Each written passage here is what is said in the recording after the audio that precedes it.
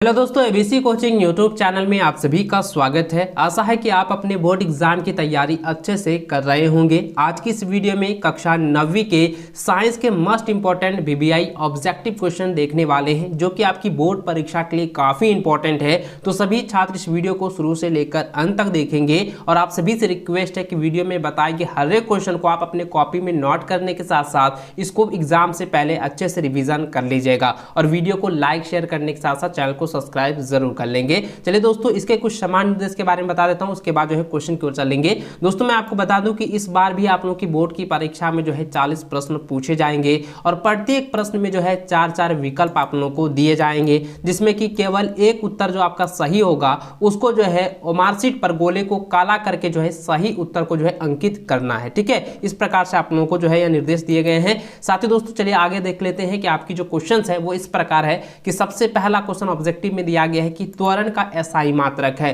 तो दोस्तों मैंने आपको पहले भी बताया था कि त्वरण का जो एसआई मात्रक होता है वो होता है मीटर प्रति सेकंड स्क्वायर, जो कि ऑप्शन नंबर सी इसका राइट आंसर हो जाएगा। अगला क्वेश्चन है, स्वचालित वाहनों में एक यंत्र लगा होता है जो उनके द्वारा तय की गई दूरी को प्रदर्शित करता है, इस यंत्र को कहते हैं। तो दोस्तों इस यंत्र को हम लोग कहते हैं ओडोमीटर। ठीक है, तो ऑप्शन नंबर ए जो है इसका सही आंसर हो जाएगा ओडोमीटर। याद रखेंगे, यहाँ पे दूरी तय की जा रही है और यहाँ पे अगर स्पीड तय किया जाता तो वहाँ पे जो है स्पीडोमीटर करते हैं। ठीक है, यहाँ पे जो है इसकी दूरी कितनी दूरी वो तय की गई है वो यहाँ पे जो है यंत्र पूछा गया है। अगला क्वेश्चन है कि इनमें से कौन सही है, हु वन इज करेक्ट। तो देखिए दोस्तों, यह जो है आपका जो है बहुत ही इंपॉर्टेंट यहाँ पे सवाल दी गई है और ये चारों फॉर्मूला जो है काफ़ी इंपॉर्टेंट है, इन सभी को आप लोग अच्छे से याद रखेंगे। लेकिन यहाँ पे पूछा गया कि इनमें से जो है वो सही कौन सा है। तो दोस्तों मैं आपको बता दूं, आप लोग को मैंने पढ़ाया भी था कि v बराबर u + at होता है, जो कि ऑप्शन नंबर ए इसका जो है बिल्कुल राइट आंसर होगा और ऑप्शन बी, सी और डी ये जो है गलत आंसर है। तो ऑप्शन ए जो इसका राइट आंसर होगा, इसको अच्छे से आप लोग जो है रट लीजिएगा, v बराबर u + at। ठीक है, अगला क्वेश्चन है कि द्रव्यमान और वेग का गुणनफल को क्या कहते हैं। द्रव्यमान और वेग के गुणनफल को दोस्तों हम लोग कहते हैं संवेग। ठीक है, जो कि ऑप्शन नंबर आपका ए जो है राइट आंसर हो जाएगा संवेग।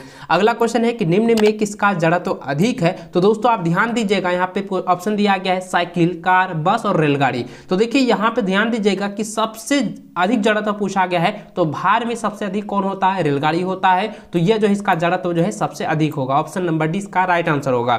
अगला क्वेश्चन है कि प्रत्येक क्रिया के समान एवं विपरीत प्रतिक्रिया होती है, यह गति कौन सा नियम है। तो दोस्तों आप लोगों को पता होगा न्यूटन गति के 3 नियम हैं, प्रथम, द्वितीय और तृतीय, और तीनों नियम में जो है अलग अलग प्रतिक्रियाएं होती है, अलग अलग जो है नियम को प्रदर्शित करता है। लेकिन यह प्रश्न यहाँ पे पूछा गया है कि प्रत्येक क्रिया के जो समान है वो विपरीत प्रतिक्रिया होती है, तो यह गति कौन सा है। तो दोस्तों यह जो है न्यूटन गति का तीसरा नियम प्रदर्शित कर रहा है। तो यहाँ पे ऑप्शन नंबर जो है सी इसका सही आंसर होगा, न्यूटन गति का तीसरा नियम। यहाँ पे सिर्फ तृतीय दिया गया है, तो ये आपका यहाँ पे तृतीय है, आपको लगाना है। अगर न्यूटन गति का तीसरा नियम कहता तो वो आपको लगा देना है। ठीक है, ये आपका आंसर हो जाएगा।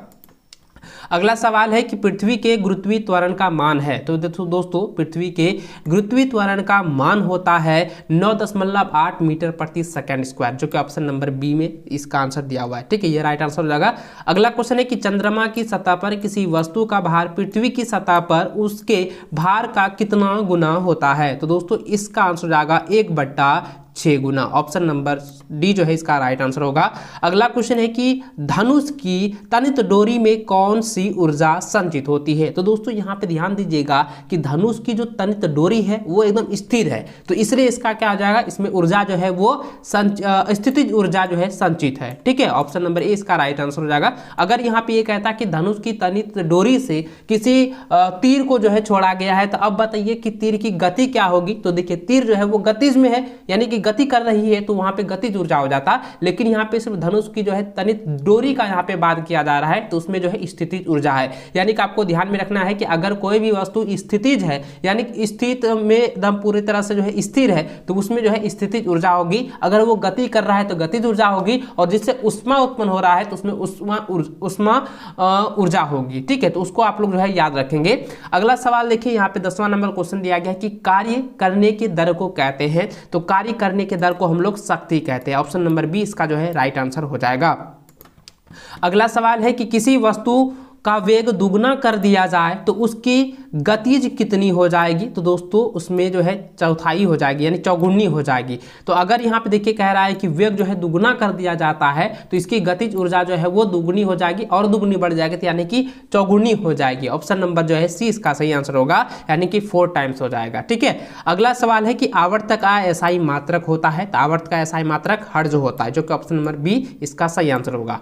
अगला सवाल है कि इनमें से तरंग वेग भी, तरंग धैर्य लैम्डा तथा आवर्ती एन के बीच सही संबंध है। तो दोस्तों यहाँ पे ध्यान दीजिएगा, ये एक फॉर्मूला है और इस फॉर्मूलों को मैंने पहले भी बताया था कि आप इसको रट लीजिएगा, क्योंकि एग्जाम में ये 100% पूछे जाएंगे। और इसका फॉर्मूला जो होता है दोस्तों, यहाँ पे होता है v बराबर जो होता है n इंटू लेमडा होता है। तो यह वाला जो फॉर्मूला कहाँ पर है? ऑप्शन ए में है, तो ये इसका सही आंसर होगा। ठीक है, इसको अच्छे से याद रखेंगे, कॉपी में नोट करते जाइए। अगला सवाल है कि निम्नलिखित में कौन पदार्थ है? तो दोस्तों यहाँ पे ध्यान दीजिए, गंध, ठंडा, प्रेम और ठंडा पे दिया हुआ है, तो यहाँ पे पदार्थ की बात कर रही है, तो यहाँ पे पदार्थ जो होगा वो ठंडा पे हो जाएगा। ठीक है, यानी कि ये जो है ठंडा पे जो है आपका ये पदार्थ है। अगला सवाल है कि निम्नलिखित में द्रव्य में कौन निश्चित है? तो दोस्तों द्रव्य में जो है वो आयतन निश्चित होते हैं, ऑप्शन नंबर डी इसका सही आंसर होगा। अगला सवाल है निम्नलिखित में कौन कपड़ा गर्मियों के समय में अधिक आरामदेह होता है? ये काफी इजी सवाल है और बोर्ड की परीक्षा में इस तरह से सवाल पूछे भी जाते हैं। तो दोस्तों इसका आंसर हो जाएगा सूती कपड़ा, क्योंकि आप लोगों को सभी को मालूम है कि गर्मी के दिनों में जो है सूती कपड़ा जो है हम सभी के लिए जो है काफी आरामदेह होता है। क्यों होता है इसका कारण मैं आपको बता दूं कि ये सूती कपड़ा जो हमारे पसीने को जो है सोख कर जो है अवशोषित कर लेता है और मुझे ठंडक प्रदान करती है, हमें ठंडक प्रदान करती है। इस तरह से जो आपको मैंने कारण भी बताया, सूती कपड़ा क्यों गर्मी में जो है आरामदेह होता है, बता दिया मैंने पूरे डिटेल के साथ। ठीक है, चलिए अगला सवाल देखिए, तो यहाँ पे क्वेश्चन दिया गया है 17 नंबर, कहता है निम्नलिखित में कौन तत्व है? तो दोस्तों ये ऑक्सीजन जो है एक प्रकार का तत्व है, तो ऑप्शन नंबर बी जो है इसका सही आंसर होगा। अगला सवाल 18 नंबर, यहाँ पे पूछा गया है कि निम्नलिखित मिश्रणों में विलयन का पहचान करें। तो दोस्तों यहाँ पे विलयन पूछा गया है, ये मिश्रणों का विलयन है, मिश्रणों में से जो है विलयन यहाँ पे पूछा गया है। तो दोस्तों इसका क्या हो जाएगा? समुद्री जल जो है यह एक विलयन की पहचान है। ठीक है, ऑप्शन नंबर बी इसका सही आंसर होगा। अगला सवाल है निम्नलिखित में कौन टिंडल प्रभाव को प्रदर्शित करेगा? तो दोस्तों इसका हो जाएगा कॉपर सल्फेट का विलयन, ऑप्शन नंबर सी इसका सही आंसर होगा। अगला क्वेश्चन 20वां नंबर है, कहता है 1.8 ग्राम H2O को अणुओं की संख्या है, तो इसकी आंसर हो जाएगी दोस्तों ऑप्शन नंबर डी हो जाएगा 6.022 गुना 10 पर पावर 22, यानी कि ऑप्शन नंबर डी जो है वो राइट आंसर होगा। इसको आप लोग अच्छे से कॉपी में नोट कर लीजिए और इसको अच्छे से रट लीजिएगा। अगला सवाल है 5.85 ग्राम NaCl किसके बराबर है? यानी कि सोडियम क्लोराइड जो है, यानी कि 5.85 ग्राम जो सोडियम क्लोराइड है वो किसके बराबर है, कितने मोल के बराबर है? तो दोस्तों इसका जो आंसर होगा वो हो जाएगा 1/10 मोल के बराबर होगा, ऑप्शन नंबर सी इसका सही आंसर होगा।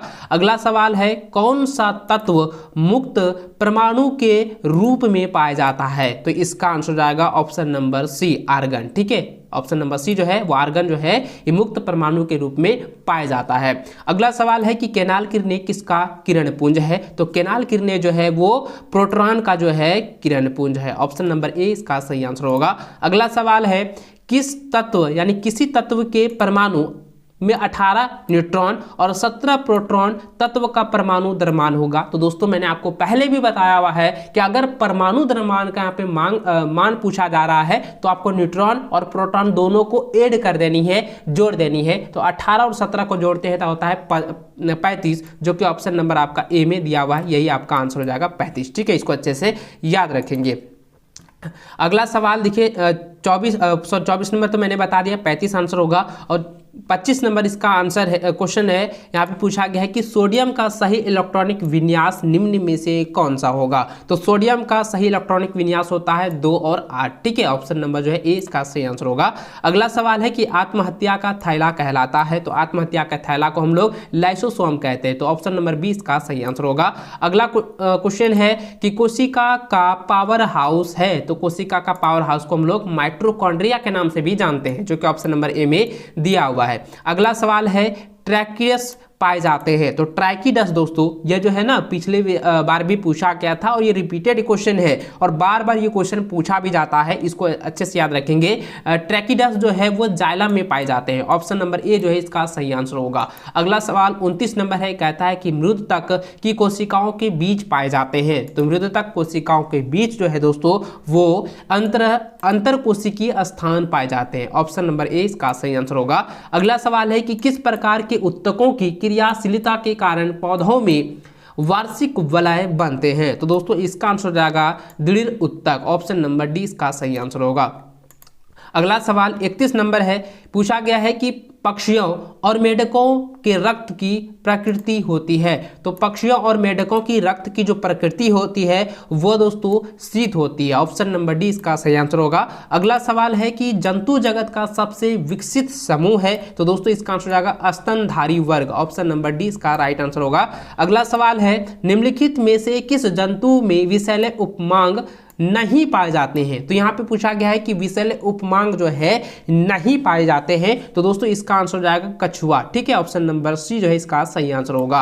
अगला सवाल है कि निद्रा रोग उत्पन्न करता है, यानी कि निद्रा जो है रोग उत्पन्न करता है, किसके कारण होता है वो मैं आपको बता दूं। तो दोस्तों इसका आंसर हो जाएगा ऑप्शन नंबर ए हो जाएगा ट्रिप्नोसोमा। ठीक है, ऑप्शन नंबर ए जो है इसका सही आंसर होगा, इसको अच्छे से रट लेंगे। अगला सवाल है कि मलेरिया का रोगवाहक है। तो मलेरिया का रोगवाहक तो आप सभी को पता है, इसका आंसर हो जाएगा मच्छर। ठीक है, ऑप्शन नंबर बी जो है इसका सही आंसर होगा मच्छर।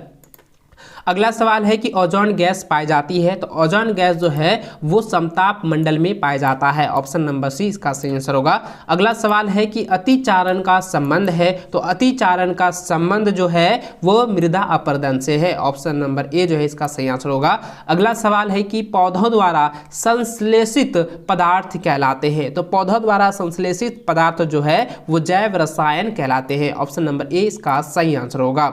अगला सवाल है कि एक सूक्ष्म पोषक तत्व है। तो दोस्तों यहाँ पे ऑप्शन जो दिया गया है इसको आप ध्यान से देखें। तो दोस्तों इसका जो आंसर होगा वो हो जाएगा जस्ता। ठीक है, ऑप्शन नंबर ए इसका राइट आंसर होगा जस्ता, सूक्ष्म पोषक तत्व है। अगला सवाल है कि एक संश्लेषित उर्वरक है। तो इसका आंसर हो जाएगा यूरिया। ऑप्शन नंबर सी इसका सही आंसर होगा। इस वीडियो में बताए गए 40 क्वेश्चन को आप अच्छे से रट लीजिएगा। इन सभी क्वेश्चन में से कई सारे क्वेश्चन आपकी बोर्ड की परीक्षा में 100% पूछे जाएंगे, इसलिए आप इसको अच्छे से जो है याद कर लीजिएगा। और आपने अभी तक इस वीडियो को लाइक नहीं किए हैं तो वीडियो को लाइक करने के साथ साथ अपने सभी दोस्तों के साथ शेयर जरूर कीजिएगा।